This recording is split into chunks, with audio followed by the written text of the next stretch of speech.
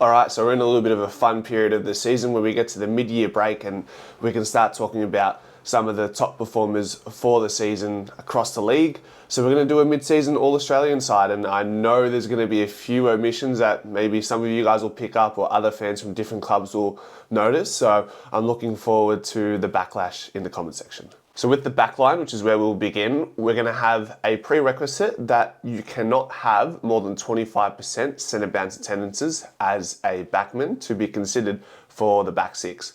And the theme for the entirety of this video with the team is they will be players that will be playing true to their position. So I'm not going to put followers on ballers on the wing, and I'm not going to put forwards or midfielders in the forward line. It's going to be a true setup as it would if we were to run out and play a game on the weekend.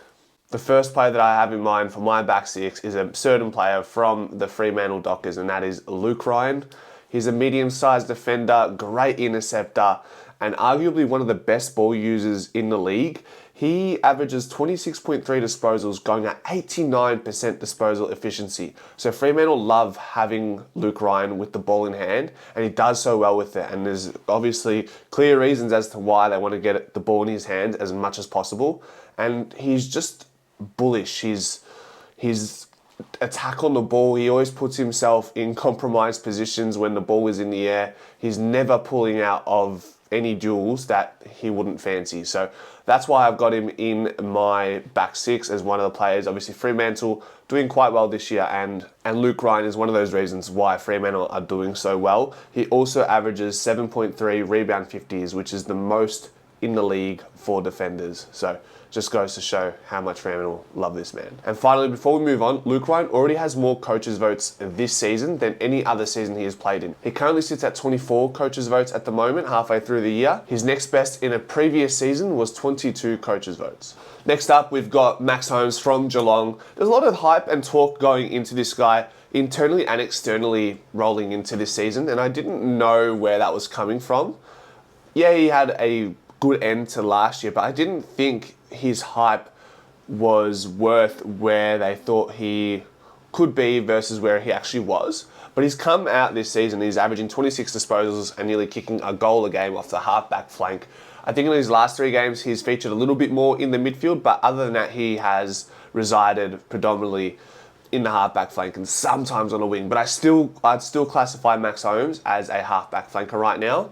And he's one of the reasons why Geelong started so strongly to the start of the year, where they were 5 or 6 or 7-0, and he's doing very well, and he's arguably Geelong's best player right now. Tom Stewart's having a good season, and as to is Jeremy Cameron, but if not the first or second best right now, Max Holmes will definitely be the 3rd best player this year for Geelong. Moving back to Perth, we've got another Fremantle defender in Jordan Clark, who actually used to play for Geelong, where Max Holmes is now. Jordan Clark is averaging 27 disposals and is taking 1.5 intercept marks per game. And he's just taken his game to a whole new level. I don't think he was averaging anywhere near 27 disposals last season. I'm actually going to have a quick look. Give me one moment. Yeah, so that confirms my thought, or my inkling. He averaged 19 disposals last season, whereas he's at 26.5 now. Does that have to do with the fact that Hayden Young has rolled into the midfield? Probably, but you've still got to be entrusted by the team to have the ball in your hands, and he's doing that very well, along with Luke Ryan.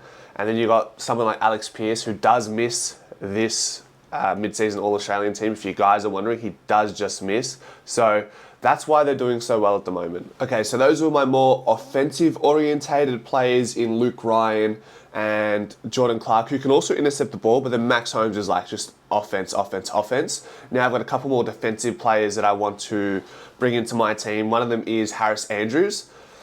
He can't not fit in the team. I didn't realize he was having as good as a season that he was, but he's just such a great defender. He's arguably the best key back defender over the last few years, rivaling players like Darcy Moore and Tom Stewart. If I'm forgetting anyone else, I do apologise. But right now, Harris Andrews is averaging 4.1 one-on-one contests per game, which is very high. I think it's like top 5 for defenders. And he's losing 14% of them, which is number 1 for that category. So just goes to show that not only Harris Andrews can intercept the ball, he can play one-on-one against his player. So that's what I love about him with Harris Andrews. 4.5 intercept marks per game, which is right up there in the upper echelons of the league. So have to have him in the team. And I remember that game, that grand final with Billy Frampton. I reckon the narrative of that game would have changed if we had lost. We would have said Billy Frampton got killed by Harris Andrews rather than Billy Frampton mitigated what Harris Andrews' impact could have had that game. So I'm very mindful that Harris Andrews is an unbelievable player and had a great grand final and is unlucky not to have a premiership medallion around his neck already at this point of his career. The next one, another Andrew without the S, Mac Andrew. This guy is only 21 years old at Gold Coast, probably having his first stable season in the AFL. He's had some behavioural issues, as you do when you're younger. I think with drink driving or something like that, or lack of training discipline or something along those lines. But he's currently averaging 17.3 disposals and 3.3 intercept marks at age 21, 6'6". One of the most versatile, key, tall defenders I've seen in a long, long time. And people are finally coming around to his ability. I think there was a game early in the year where he just absolutely destroyed whoever they were versing, had like 6 or 7 intercept marks, was doing things with the ball that you shouldn't be able to do at 6'6". He's so nimble and light, he can jump.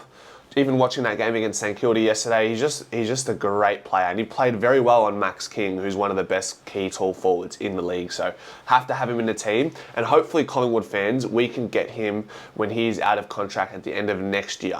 He's from Dandenong in Melbourne, so there's a chance that maybe he wants to come home and be around his community there. And what better club to come than Collingwood in the condition we're in at the moment regarding club culture. Everybody talks about Collingwood's club culture when they come from another club to here. So imagine if we could have Mac Andrew and Darcy Moore feature in that back line for the next 5, 6, 7 years together before Darcy Moore moves on. Finally, my last position for the defence has to be Nick Martin. 30 disposals per game, nearly 5 score involvements per game, 0% centre bounce attendances, so he's a pure half-back flanker. I think there was a game where he had 47 disposals. People talk about his disposal efficiency sometime. Not that he's a bad kick, but maybe his decision making, but clearly he's got the license to do what he likes to, or what they allow him to do what he likes to see on the field. He sees things that he would take, he sees things that he likes to take on that typically other halfback flankers probably don't have the license or the confidence to take on that daring kick. It can be a cake in the face moment sometimes for him, but generally speaking, he's doing pretty well, and he's only going to get more and more comfortable in this role. And I think, with 30 disposals per game off the halfback flank, having the impact, being a top 4 side for Essendon right now, it's hard for me to leave him out of the starting 6 right now. Okay, so my 3 on-ballers. We're going to start with Nick Daicos, of course. How could you go past this guy? 32 disposals, leads the leagues for contested possessions at just 70% centre bounce attendances, which is not as high as most, true midfielders because of Nick's start in the halfback flank position initially early in the year, but now he's a full-time midfielder. So imagine when he does start to skew that average up to like a more full-time profile in the midfield, what his stats could possibly be. Because I'm sure if I did the math quickly and cut out the first 3 or 4 games where he was mainly halfback flank, I'd like to know what his true stats are as a midfielder. But he leads the league in contested possessions and nearly averages a goal per game, sitting at 0.8. And is pretty much, not single-handedly, but he's almost keeping Collingwood above water right now with the performances he's having to keep getting results with these injuries. And he just continues to doubt the critics. He doesn't have an inside game, or his disposals are poor, and he's this. He doesn't have tackling pressure, defensively vulnerable, he's a liability. He's ticked all those boxes this year in different games, in different moments at different times. So Nick Daicos is my first pick, obviously, in the midfield. Next up is a man that absolutely obliterated us last Friday night at Marvel Stadium, and that was Mr. Marcus Bontempelli from the Western Bulldogs. He's currently averaging 25 disposals, 1.2 contested marks per game, which leads the league in the midfielders, 1.5 goals per game and 1.2 goal assists per game. So he is the epitome of not a lot of disposals relative to the highest disposal accumulators in the league, but maximum damage and maximum impact with it. Whenever he gets the ball, he's going to do something with it. He's hard in and under. His outside game is unbelievable. He knows where the goals are. He knows how to take a mark. He knows how to be a leader. He recognises the moment when he needs to take it. So that's why it has to be Bont in that second position as one of the on-ballers. And then the last one is another obvious one, Isaac Heaney. 28 disposals, a goal and a half per game, 1 goal assist, and 8.5 score involvements, which is leading the league for the midfielders. And this was a player who, if Luke Parker, Callum Mills, and Taylor Adams weren't available at the start of the year, probably would have been playing more forward versus midfield.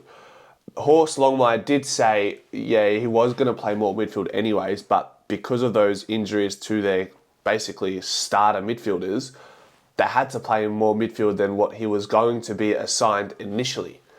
And look what he's doing with the likes of Chad Warner, Errol Goulden, James Rowbottom. He's just taken the league by storm.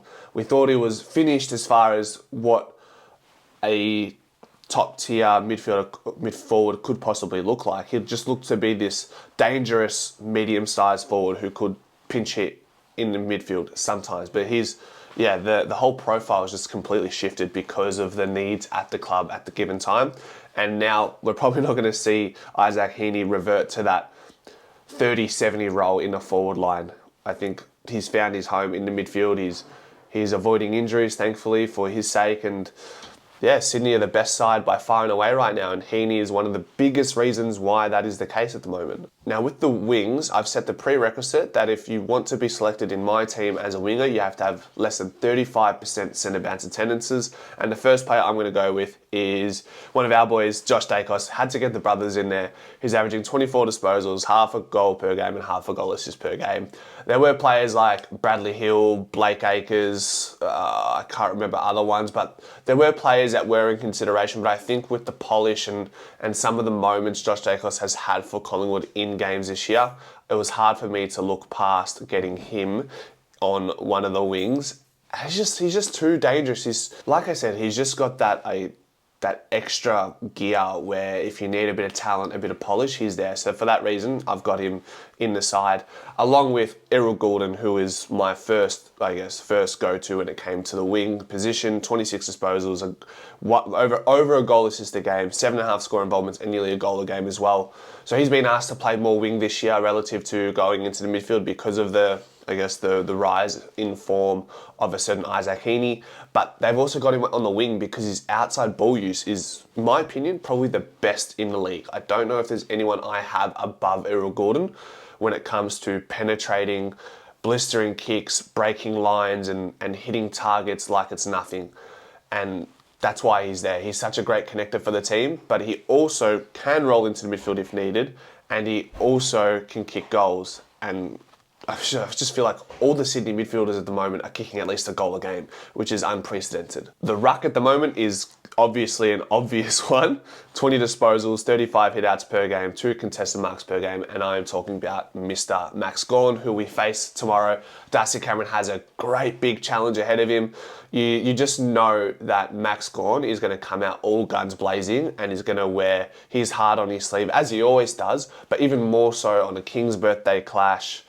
After a 90-point belting against Fremantle, he's going to be one of the first players who comes out on that field and says, this is not fucking happening again. And unfortunately, Collingwood are the team that he's going to be running into full steam ahead. But hopefully, Darcy Cameron, who's not far off an All-Australian contention, but he's not in this side.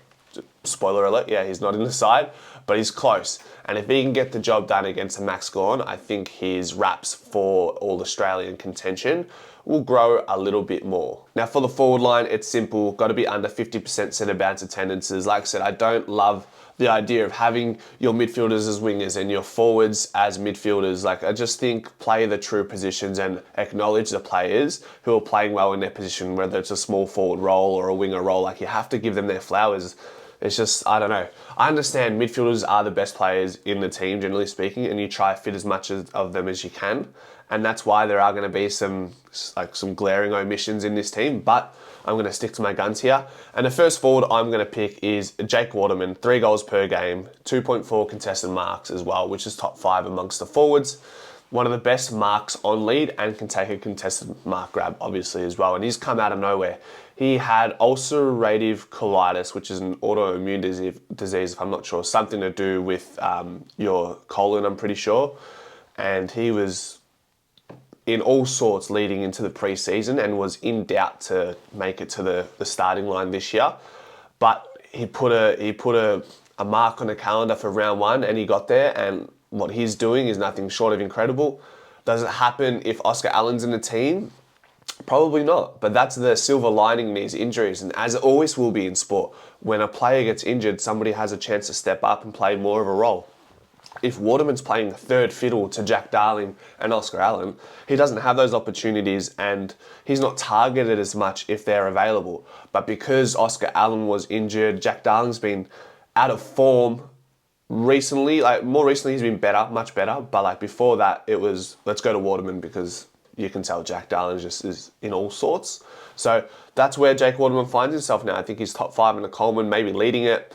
And he's got a partner in Charlie Curnow, also averaging 3 goals per game, leads the contested marks for tall forwards in the league. I mean, like, standing at 6'4", he plays as if he's 6'7". He out-wrestles all his opponents. He's really good above head.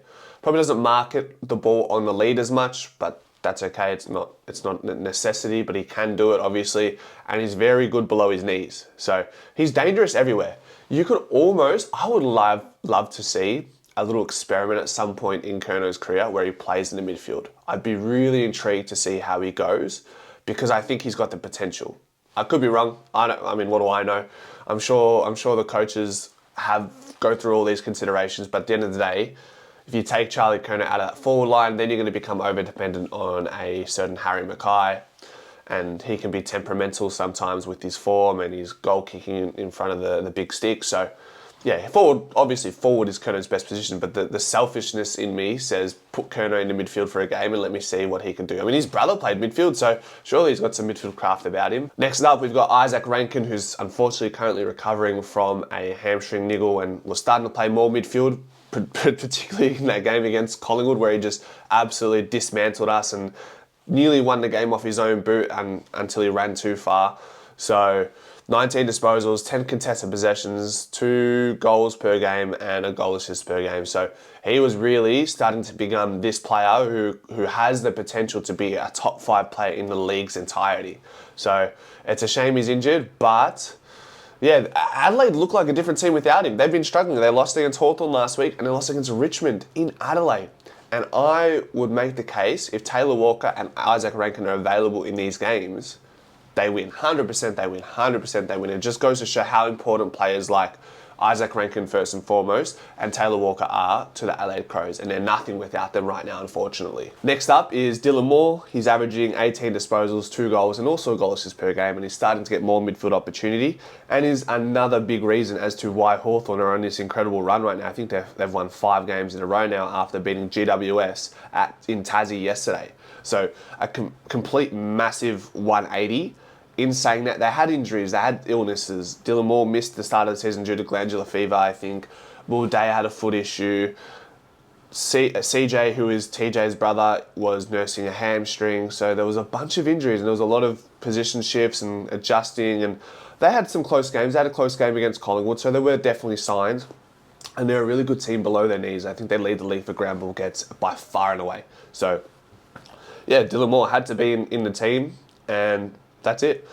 Moving on to our 5th selection in the forward line, Ben King, 3 goals per game at 65% goal kicking accuracy, which is one of the best in the league for forwards. He's more of a true key tall forward where all he really does is mark and kick the goal. Yes, he can apply pressure. Yes, he's athletic, but his stats relative to the other players in this forward line, he doesn't fill a lot of the other stats, but what he does is kick goals, and that's when you're a forward, a key tall forward, that's all you're really asked to do. At least it's your main assignment, and that's what he's doing. And at number 6, I couldn't leave this guy out. People say he's out of form and he needs to improve, but I think he's doing enough to have him in my team, and that's Toby Green. 17 disposals, 1.6 goals per game, and a goal and a half 1.5 goal assists per game, which leads the league for forwards. And as I said, he's averaging over a goal and a half per game. But the big issue at the moment, which is maybe sort of hindering how his season is looking thus far, is his goal scoring accuracy, sitting at 39%, which is horrific. Horrific. If I look at his goal scoring accuracy from previous years, give me one moment, he's usually above 50%. So to be down at 39%, he's still having his shots on goals, but at the end of the day, if you're not kicking them, like he's averaging 4 shots on goal and he's only kicking a goal and a half at the moment, usually that would take him above 2, and then we're talking about Mr. Toby Green being the best small forward in the game, or medium-sized forward in the game once again. But if he fixes that up, I think he'll be fine. And obviously the form of GWS as a whole hasn't been great. It's been inconsistent, at least in the last 6-7 weeks. At the start, they were fit and firing, but now it's all a little bit different for them right now. So that probably plays into account as to why people aren't giving big raps for Toby Green at the moment. All right, so the first player that I've got on my interchange is Sam Collins from Gold Coast. Hard to keep him out. He's the highest rated key defender in the league at the moment. Kind of old school. He's got that old school vibe. He looks like an old school type of dude, belongs in the 70s. He looks tough. Looks like he belongs in the woods or something with his beard and his demeanor. But he's averaging 3 intercept marks per game and has the lowest 1-on-1 contest loss percentage in the league from 4 contests per game, so 13.6%. So the only player that is near him at the moment is Harris Andrews, who is in the back 6. But I couldn't have Harris Andrews, Sam Collins and Mac Andrew in the same team. I really wanted to go for some youth and opt for someone like Mac Andrew. Now moving into that second position, I have Chad Warner slotting into the interchange at 24 disposals, 1.7 goals per game as a 60-40 midfielder right now, 1 goal assist, and 8.2 score involvements, which is currently good enough for 3rd in the league. An amazing season, truly. Like I said, 25 disposals, but maximum impact, kicking goals, goal assists, score involvements in a winning side, but I couldn't fit him in with Nick Daicos, Isaac Heaney, and the Bont. So that's why he's on the bench right now. And in that third position, we got Caleb Sarong, 3rd in disposals, 2nd in contested possessions. Fremantle, the best clearance side in the league, and Sarong is one of the big reasons as to why. Still very young, a great leader, and had to fit him on the interchange. I had to. He's a little beast, a little contested bull, and I think we're going to be seeing a lot more of Caleb Sarong in years to come. And Fremantle are doing well now. They are winning games that they should be winning. I remember early in the season there were games where they were winning for most part of the game against Port Adelaide and Carlton, but they just completely choked it up in the last couple minutes. So they've finally got their ducks in a row within that sense, and they're winning the games they should be winning.